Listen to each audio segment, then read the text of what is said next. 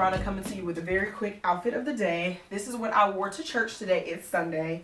My shirt is a green and black shirt with well, it's green with black designs and it has a secretary bow, and I'm without one shoe right now. I have on dress pants that came from Forever 21.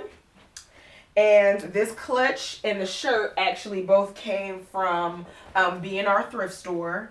I'm sorry, this actually came from Salvation Army. I believe it was $2.99 with half off. And this shirt came from B&R thrift store. Can't quite call the price right now. This belt, I have a dozen of these little belts. They came off a different outfit that's been around for a long time. Again, pants from Forever 21. I believe they were $9.99. And my shoes came from Rue 21. I believe it's just a patent leather pump. I believe they were $5. And then I have on just a hair store 99 SENC bracelet. This ring was 99 cents from Charlotte Russe. And these earrings I got are huge black button earrings. They're clip-ons and they came from a beauty supply store as well.